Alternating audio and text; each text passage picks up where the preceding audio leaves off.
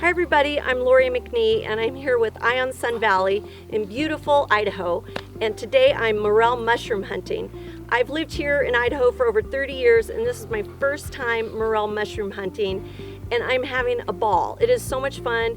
It's like an Easter egg hunt for adults, and at my feet right now are some morels, and I don't know if you can see them or not, but it's a real secretive pastime for the locals here because you can buy them for $35 a pound at Atkinson's Market.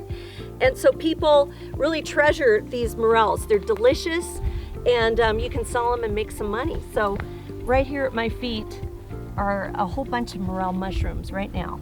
So I'll pick them so you can see.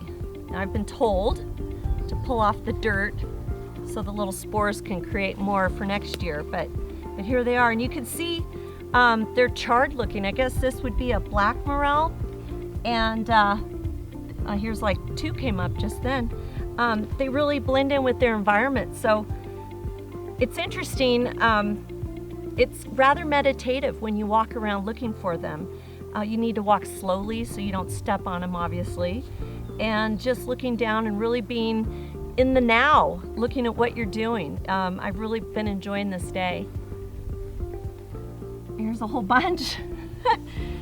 So it's fun. There's another one. And two more over there. Oh my, and more. Oh my goodness. I'm gonna need to get another bag because I just found a bunch of really big morels. I can see why people really enjoy this. I wouldn't call it a sport. In fact, it's more meditative. And I'm used to doing things more quickly and running or hiking or biking. And this is walking very, very carefully not to step on one of these guys. So here's a bunch right here. I hit pay dirt. They're not the prettiest things. They blend in with their charred environment.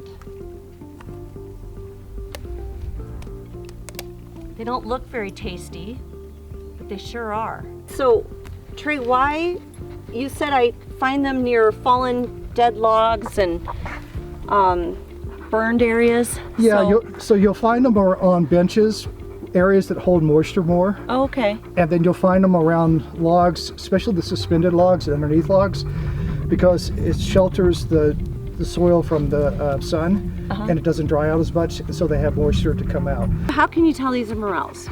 So there's a false morel, which is called a verpa, V-E-R-P-A. Okay. Okay. The way I like to describe it, the crown of the mushroom, the honeycomb of the mushroom, is all connected to the stem. Okay. But if you have a verpa, it's like an umbrella. Okay. They'll look similar to this on top, but when you close it, there's a huge gap here. It's not. The top is not connected to the stem, and that's how you tell if they're a false morel or a verpa. Okay. Got a pretty good haul. What do you think? 5 pounds? 10 pounds? 2 pounds. 2 pounds? Oh, but look at all these beauties. Okay, so.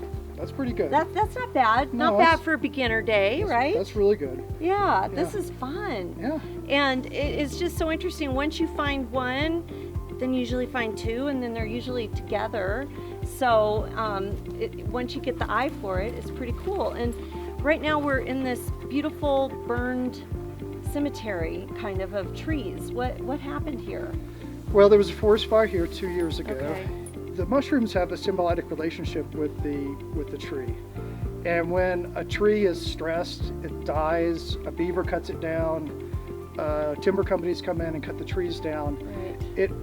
It stresses out the trees, and it also stresses out the fungi roots that are attached to the roots of the tree. And so when that happens, the mushrooms start sprouting up. And the mushrooms in the tree have a symbiotic relationship where they both help each other to absorb nutrients from the soil, moisture from the soil. The mushrooms' roots obtain carbohydrates, and they obtain glucose and other things that are carbohydrates from the trees. And it actually, the roots of the fungi spread out and allow the trees to absorb more nutrients. So if you go out and you think I can just walk in the woods and find morels, you're not going to do it. What you have to look for are places like this, a forest fire has been, look for a place where beavers have cut trees down, especially in riparian areas where beavers are going to be. Walk around those areas. Once you find one mushroom, like you said earlier, you're going to find 3, 6, 10 or more mushrooms in the same area. And I've started to kind of get the knack for it. It's really fun. You know, you walk through a lot of little areas of diverse habitat within this area, and some is much wetter and drier, and you know, some have more dry trees, some have more charred trees. But so I found the boggier areas with the real charred trees seem to be a good area for me to find them, at least. Well, and that's a good point. I mean, right now, the mushrooms don't start sprouting until the ground temperature is right around 53 degrees. Oh, that's so interesting. And there needs to be moisture also. Yeah. So if you have the dirt at 53 degrees, but you don't have moisture, you're not going to have mushrooms. Okay. If you have it too hot, they're not going to sprout, and if you have it too cold, they're not going to sprout. So it's a combination of everything that has to come together at the same time, and then the mushrooms will start popping.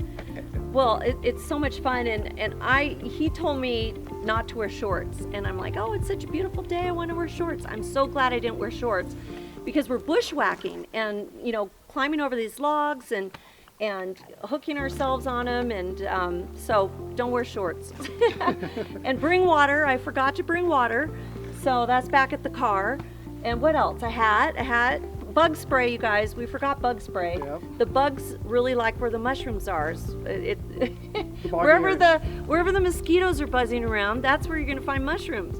So what else? That's it. I think it's good. But we can't tell you where we are. No, Where can they find it though? You can go to Google Earth. Yeah. You can put in Fungus Mountain, Idaho, and when you find it, you'll find out where we were. Okay. Okay. And there's a fungus among us. Let's go find more. We're gonna go find some more.